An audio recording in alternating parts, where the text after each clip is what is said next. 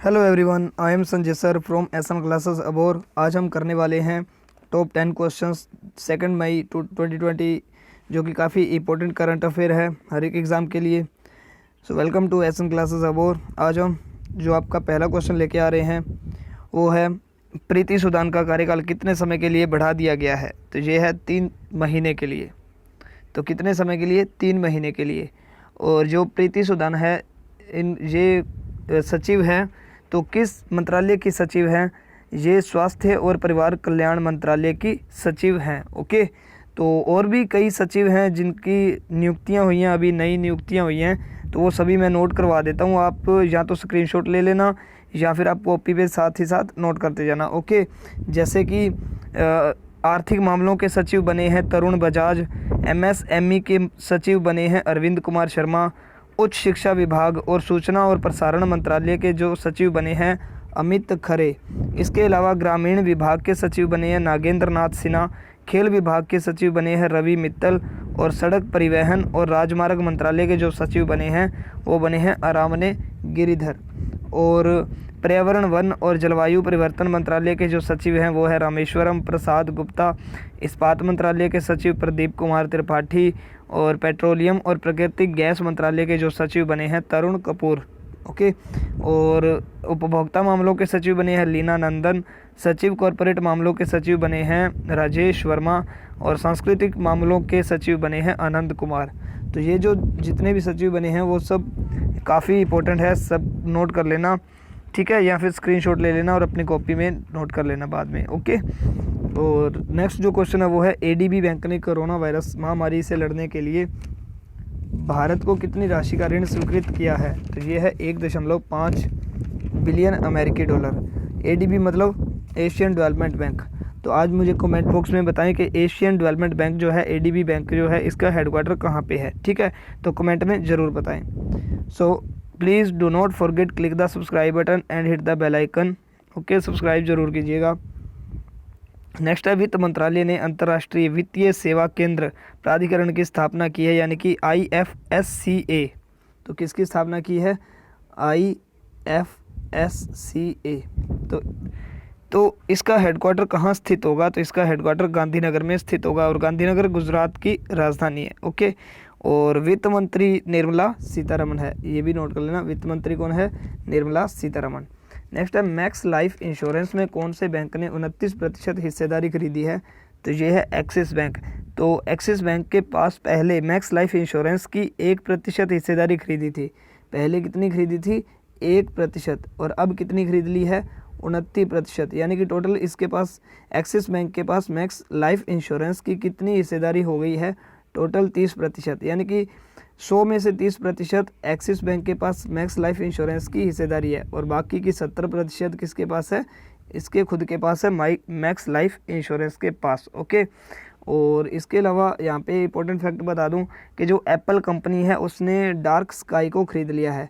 तो Apple company जो है उसने किसे ख़रीदा है?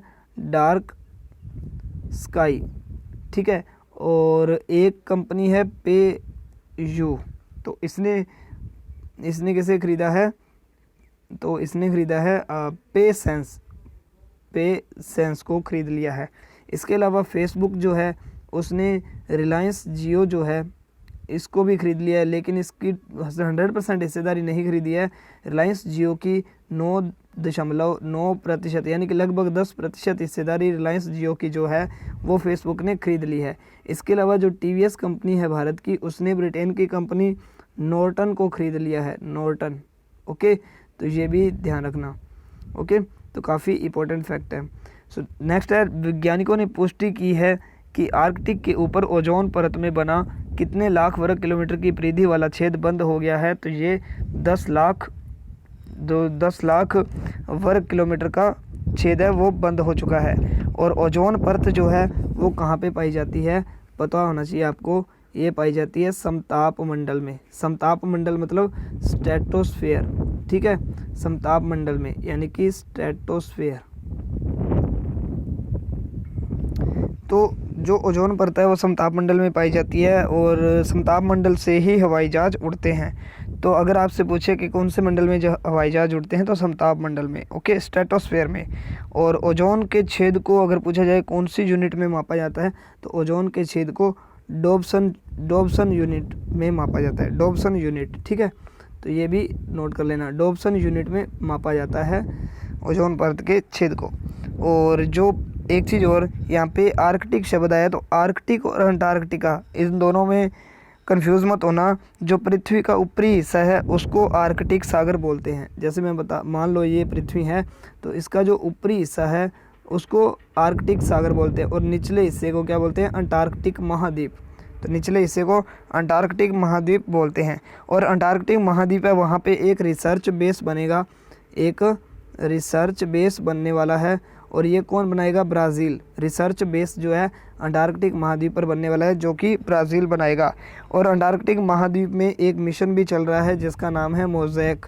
तो मोज़ेक मिशन जो चल रहा है इसमें बहुत से वैज्ञानिक अलग अलग देशों से शामिल हुए हैं, लेकिन भारत का एकमात्र एक ही वैज्ञानिक है जिसे शामिल किया गया है मोज़ेक मिशन में, जिसका नाम है विष्णु नंदन। ये बहुत इंपॉर्टेंट फैक्ट है क्योंकि ये जो मिशन है ये बहुत इंपॉर्टेंट है।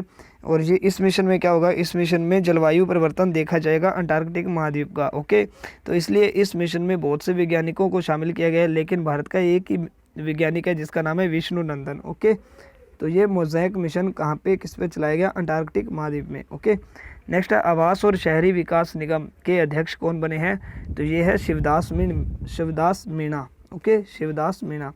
नेक्स्ट क्वेश्चन है अंतर्राष्ट्रीय नृत्य दिवस यानी कि इंटरनेशनल डांस डे कब मनाया जाता है, तो ये मनाया गया 29 अप्रैल को। और ये दिवस पहली बार 29 अप्रैल 1982 में मनाया गया था, किसके द्वारा, यूनेस्को के द्वारा, ओके, यूनेस्को के द्वारा मनाया गया था। नेक्स्ट क्वेश्चन है so please don't forget to like this video, like ज़रूर कीजिएगा, लाइक करते रहिएगा। लाइक करने से आपका कुछ नहीं जाने वाला, ना ही आपके पैसे लगने वाले हैं। सो प्लीज़ लाइक कीजिएगा, जितने व्यू होते हैं उतने लाइक होते नहीं, लाइक बहुत कम होते हैं। सो प्लीज़ लाइक ज़रूर कीजिएगा, ओके। नेक्स्ट है बॉम्बे हाईकोर्ट के नए मुख्य न्यायाधीश कौन बने हैं, तो ये है दीपांकर दत्ता। और इनसे पहले अगर पूछे कि बॉम्बे हाईकोर्ट के मुख्य न्यायाधीश कौन थे दीपांकर दत्ता से पहले, तो वो थे धर्माधिकारी, तो जो रिटायर हो चुके हैं अब, धर्माधिकारी, ओके। और दीपांकर दत्ता को अगर पूछे शपथ किसने दिलाई, तो दीपांकर दत्ता को महाराष्ट्र के जो राज्यपाल है भगत सिंह कोश्यारी, उन्होंने इन्हें शपथ दिलाई, ओके। नेक्स्ट है किस देश ने पुरुषों की विश्व मुक्केबाजी चैंपियनशिप 2021 की मेजबानी गंवा दी है, तो ये है भारत। तो भारत में 2021 की मुक्केबाजी चैंपियनशिप थी, उसे गंवा दिया है। तो अब ये कहाँ पे होगा, तो अब ये सर्बिया की राजधानी में होगा। तो आज का आपके लिए एक और क्वेश्चन है, तो मुझे कमेंट में ज़रूर बताएं कि सर्बिया जो है, सर्बिया की राजधानी का नाम बताएं, ओके। सर्बिया की राजधानी में विश्व मुक्केबाजी होगी पुरुषों की 2021 में, ठीक है। तो सर्बिया की राजधानी क्या है, कमेंट में ज़रूर बताएं। और सर्बिया के एक मशहूर खिलाड़ी है जिनका नाम है नोवाक जोकोविच।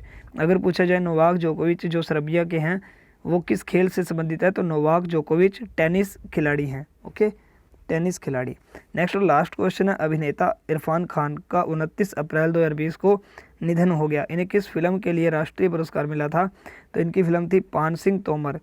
तो इनका जो निधन हुआ है वो कैंसर से हुआ है, और इन्हें जो है वो कैंसर कौन सा था, तो न्यूरो